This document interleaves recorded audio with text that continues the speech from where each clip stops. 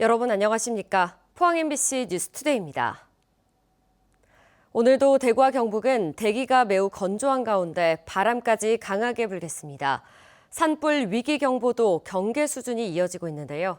자세한 날씨 유하경 기상캐스터가 전해드립니다. 나름 맑고 포근한데 대기의 건조함이 극심합니다. 여전히 대구와 경북 전 지역에는 건조특보가 이어지고 있는데요. 어제 오후 대구 북구 함지산에선 대형 산불이 발생했습니다. 산불 대응 3단계가 발령된 가운데 계속해서 진화 작업이 이루어지고 있고요. 오늘도 건조한 대기에 바람까지 강하게 불어 산불 및 각종 화재가 발생하지 않도록 각별히 유의하시기 바랍니다. 우리 지역은 모레 비가 내리기 전까지 계속해서 대기가 건조하겠습니다.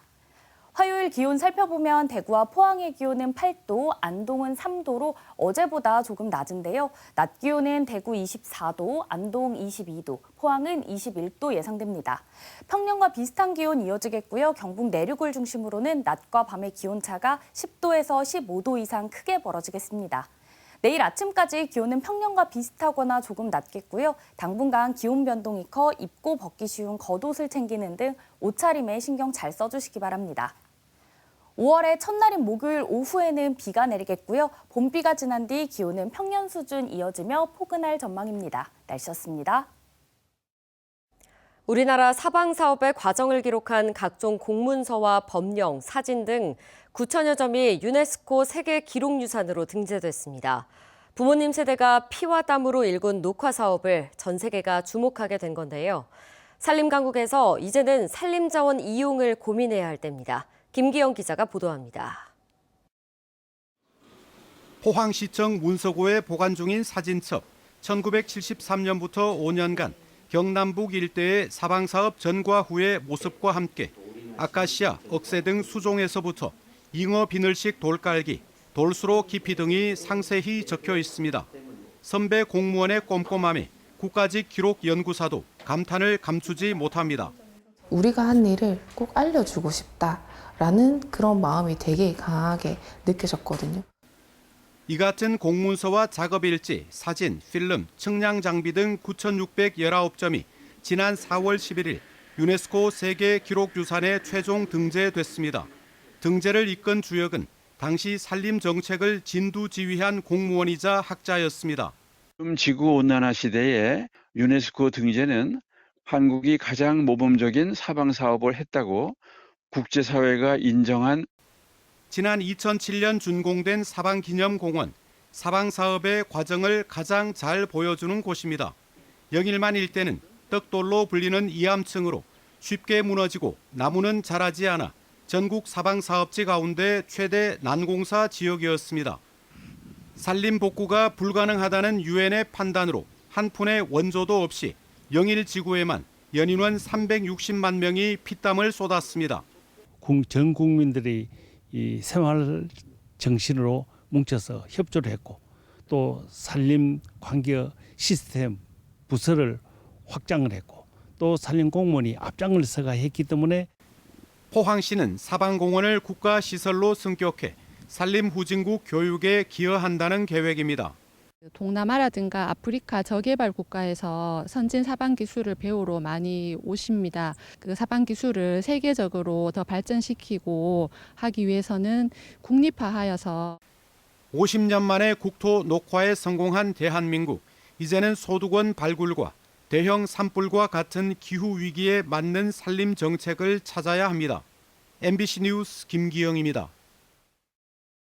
해병대와 해군은 어제 오전 포항에서 합동 상륙작전의 최종 단계인 결정적 행동을 실시했습니다.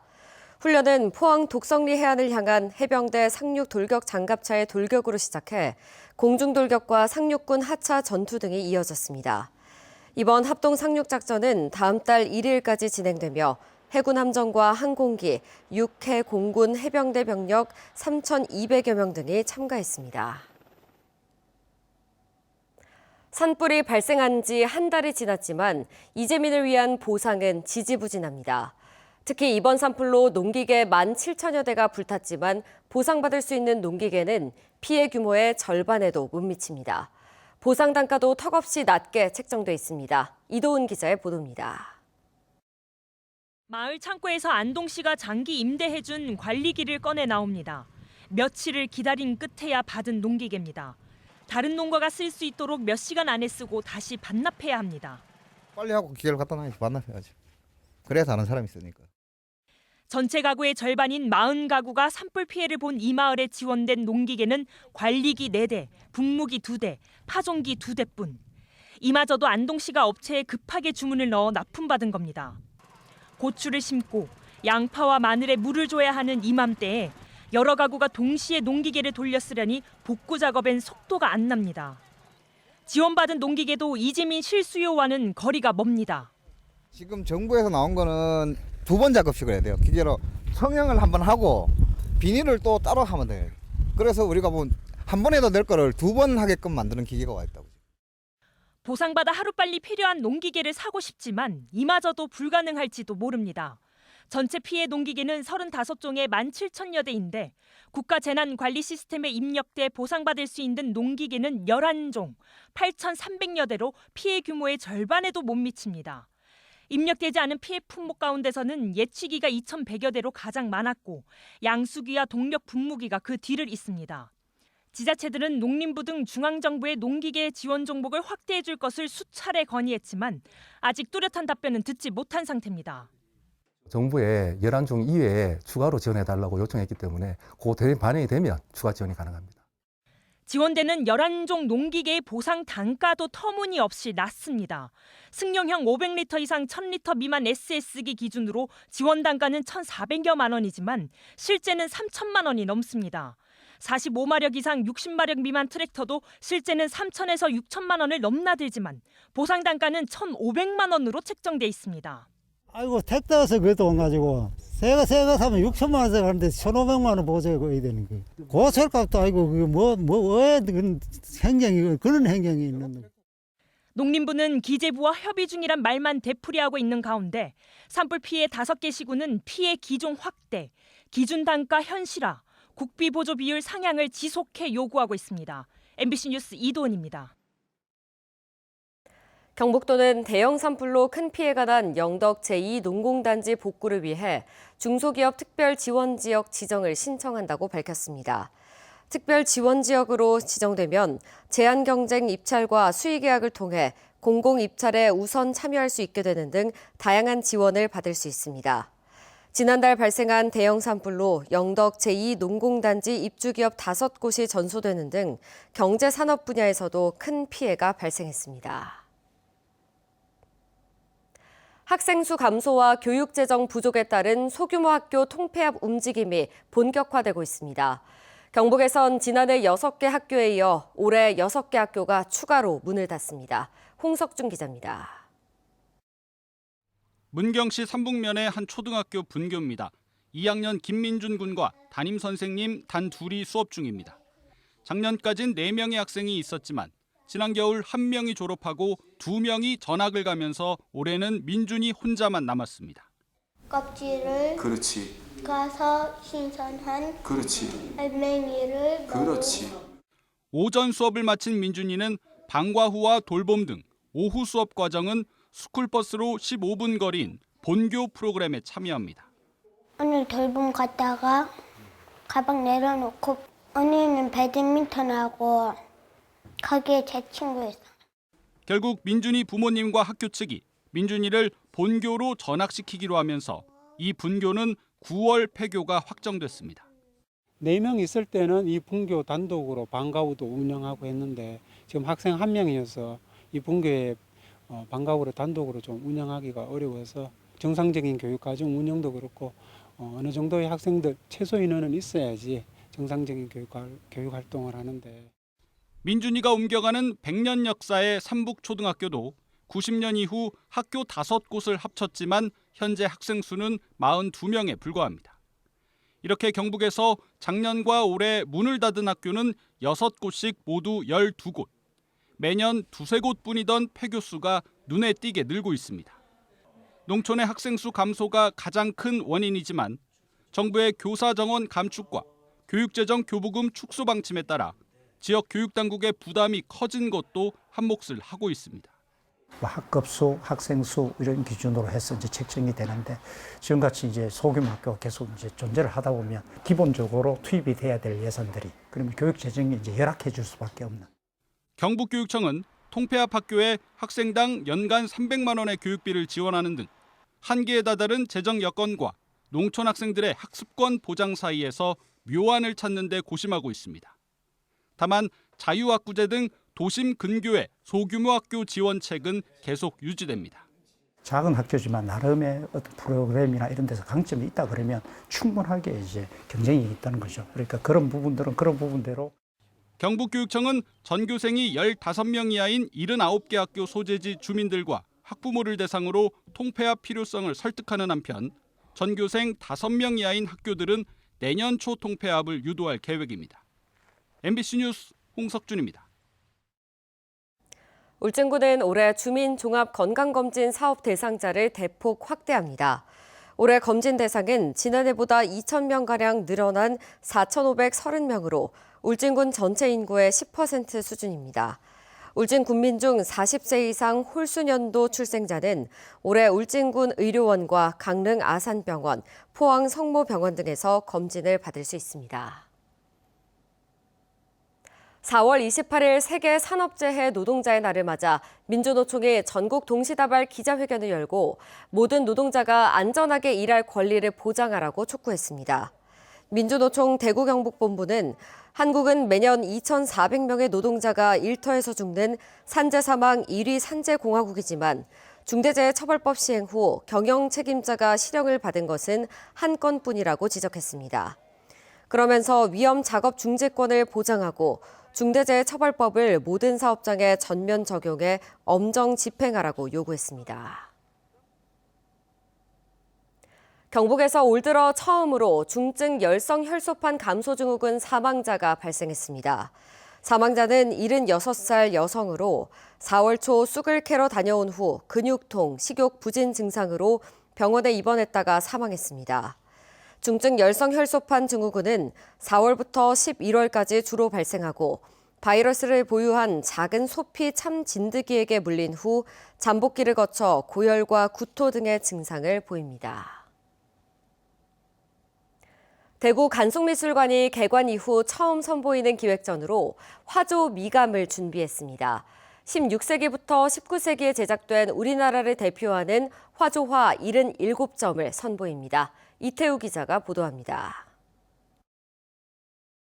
겸재정선이 그린 화조화 가운데 단연 앞권은 말년에 그린 팔첩 화훼 영모 화첩입니다. 병아리를 거느린 암탉과 장닭, 채마밭에서 수박을 갉아먹는 들쥐와 고양이까지 마당 근처나 울타리 부근에서 쉽게 볼 수 있는 친근한 모습입니다. 2019년 뱅크 오브 아메리카 예술작품 보존 프로젝트로 수리복원 과정에 들어간 이후 처음 공개했습니다. 1938년도 개관 이후에 한 번도 전체 공개를 한 적이 없습니다. 그만큼 각 화면을 단독으로 아끼면서 한 번씩 보여드리고 집어넣고 또 10년에 한 번씩 나오고 이런 작품이거든요. 신사임당이 풀과 벌레를 그린 초충도는 묘사력이 뛰어나 닭이 쪼아 먹었다는 말까지 전해집니다. 대구 간송미술관은 이번 첫 기획전 화조 미감 전에 자연과 함께 조화롭게 살고자 했던 선조들의 일상을 엿볼 수 있는 화조와 37건, 77점을 선보입니다. 일상에서의 그런 소소한 그런 희망이라든지 혹은 이제 꿈이라든지 이런 부분들을 좀 충족시켜주는 좀 가까운, 항상 가까이에 있는 그런 사물이라고 할 수가 있어서 김홍도의 화조와 여러 점과 장승업의 산당 수금 등의 작품도 감상할 수 있습니다. 조선시대 화조화는 선비의 꿋꿋한 정신과 민중의 일상적인 생활까지 아우르고 있어 양반 중심의 산수화와는 또 다른 멋을 풍깁니다. 대구 간송미술관 기획전 화조 미감은 4월 30일부터 8월 3일까지 계속합니다. MBC 뉴스 이태우입니다. 울릉군 청년단체 노마도르가 행정안전부가 주관한 2025년 청년마을 만들기 공모사업에 최종 선정됐습니다. 3년간 최대 6억 원을 지원받아 울릉군 북면 현포를 거점으로 농가 일손 돕기와 울릉 탐험 프로그램, 예술학교 등 다양한 콘텐츠의 청년 마을을 조성할 계획입니다. 올해 청년마을 만들기 공모 사업은 전국 12개 지역이 최종 선정됐으며 경북에서는 울릉군이 유일합니다. 울진군청 사격실업팀 권은지 선수가 최근 아르헨티나에서 열린 월드컵 여자 10m 공기소총 본선에서 636.7점을 쏴 한국 신기록을 세웠습니다. 권은지 선수는 결선에서 중국의 왕쯔페이 선수의 1점 뒤져 아쉽게 금메달은 놓쳤지만 한국 신기록을 기록하며 값진 은메달을 따냈습니다. 경북교육청은 부모가 외국 국적이거나 외국 국적을 가졌던 적이 있는 학생이 꾸준히 증가함에 따라 다문화 교육 지원 사업을 강화합니다. 주요 지원 내용은 한국어 교육과 수업 보조, 다문화 언어 강사 지원, 학생 심리 상담 지원 등입니다. 세부적으로는 다문화 교육 정책학교와 유치원을 지정하고 한국어 학급과 언어교육 지원 사업 등을 운영할 계획입니다.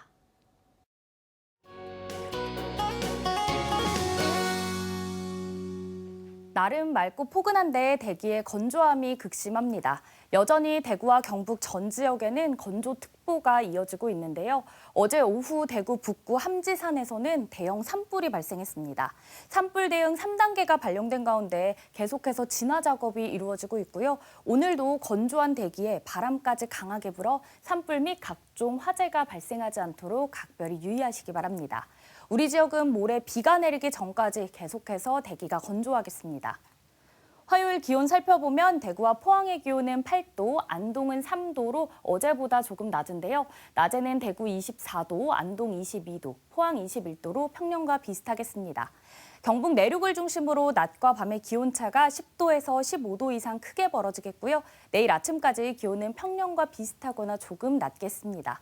당분간 기온 변동이 커 입고 벗기 쉬운 겉옷을 챙기는 등 옷차림에 신경 잘 써주시기 바랍니다. 위성 영상입니다. 오늘 전국적으로 중국 상하이 부근에서 제주도 남쪽 해상으로 이동하는 고기압의 영향을 받겠습니다. 자세한 지역별 날씨 보시면 오늘 우리 지역 맑겠습니다. 미세먼지는 보통 수준 예상되고요. 바다의 물결은 0.5m에서 최고 2m로 잔잔하게 일겠습니다. 오늘 아침 대구의 기온은 8도, 김천은 3도로 평년과 비슷한데요. 낮에는 대구 24도, 김천도 24도까지 오르겠습니다. 안동의 현재 기온은 3도, 문경은 4도로 출발해서요. 낮에는 안동과 문경 모두 22도 예상됩니다. 포항의 아침 기온은 오늘 8도로 시작해 낮에는 21도 전망됩니다. 5월의 첫날인 목요일 오후에는 비가 내리겠고요. 봄비가 지난 뒤 기온은 평년 수준 이어지며 포근할 전망입니다. 날씨였습니다. 이상으로 포항 MBC 뉴스투데이 마칩니다. 시청해주신 여러분 고맙습니다.